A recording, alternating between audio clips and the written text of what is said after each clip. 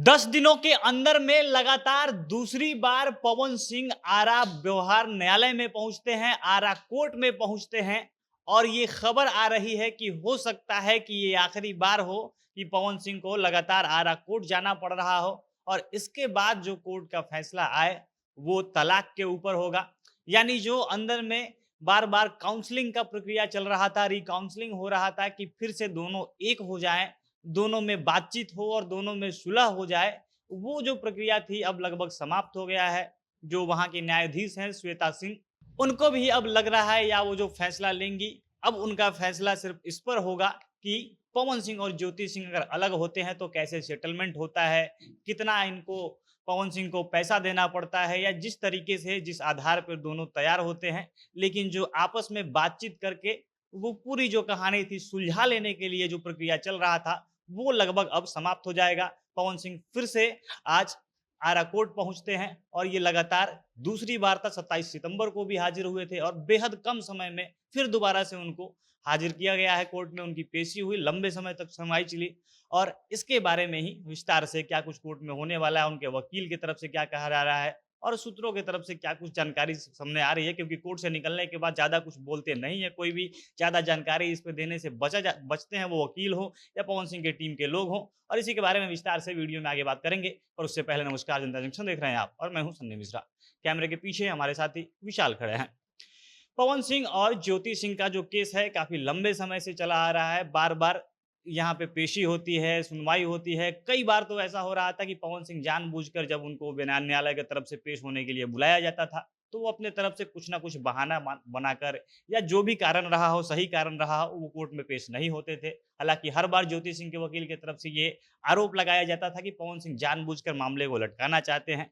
एक साथ-साथ 2 मुकदमा चल रहा है, एक आरा व्यवहार न्यायालय में, दूसरी तरफ जो बलिया कोर्ट है, वहाँ पे भी एक मुकदमा चल रहा है और दोनों केस में अलग-अलग मामले हैं। एक जगह जो केस चल रहा है आरा में, वो पवन सिंह की तरफ से किया गया है। बलिया में जो केस किया गया है, वो ज्योति सिंह की तरफ से किया गया है।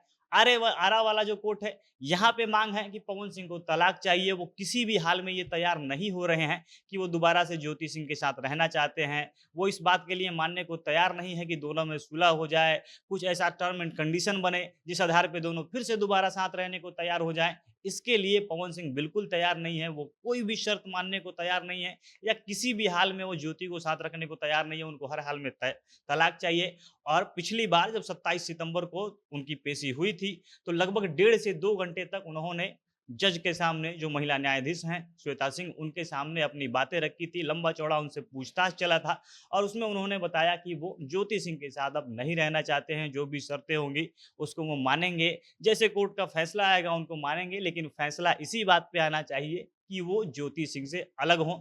और दूसरी तरफ जो ज्योति सिंह का पक्ष है, उनको अभी भी लग रहा था, वो चाहते भी हैं, उनके पिता का कहना है, उनके वकील इस बात पे जोर दे रहे हैं कि शायद फिर से वो मान लें, ज्योति को अपने साथ रख ले। लेकिन इस बार जो पवन सिंह की पेशी हुई है, वो अंतिम काउंसलिंग के रूप में था कि अंतिम बार जो फैसला आएगा कि जो साथ में रहने की पूरी प्रक्रिया चल रही है, वो अब समाप्त कर दिया जाए। अब जो फैसला होगा उसमें यही तय हो कि अगर ज्योति सिंह को पवन सिंह छोड़ते हैं, तो उनके रहने के लिए, उनके आर्थिक सुरक्षा के लिए कितना पैसा देना पड़े, कोई ज़मीन देना पड़े, किस प्रकार की उनको धन से या तमाम तरीके की जो सुरक्षा उनको देना है, वो क्या हो, कितना पैसा तय किया जाए, इन सब चीज़ों पे बात होगी। और अब मामला जो साथ रहने का जो एक उम्मीद था, वो लगभग समाप्त होता हुआ दिख रहा है। अब ऐसा नहीं हो सकता है कि ज्योति और पवन फिर से साथ दिखें, यानी जो दर्शक चाहते थे, पवन सिंह के फैन्स चाहते थे कि ज्योति और पवन एक हो जाएँ, फिर से ये मामला सुलझे और दोनों में सुलह हो जाए, वो चीज़ अब लगभग खत्म हो चुकी है। और अब बात बचेगी बलिया कोर्ट की, जहाँ पे सेटलमेंट को लेके केस है। जो ज्योति सिंह ने उनसे पैसे की माँग की है, उसको लेकर कार्रवाई चलेगी, उस पे सुनवाई होगी, वो एक अलग मामला है। लेकिन यहाँ पे कोर्ट में जो कहा जा रहा था कि ज्योति सिंह ने 5 से 7 करोड़ रुपए माँगे हैं, तो पवन सिंह के वकील का कहना है कि ज्योति सिंह की तरफ से 1 रुपए नहीं माँगे गए थे।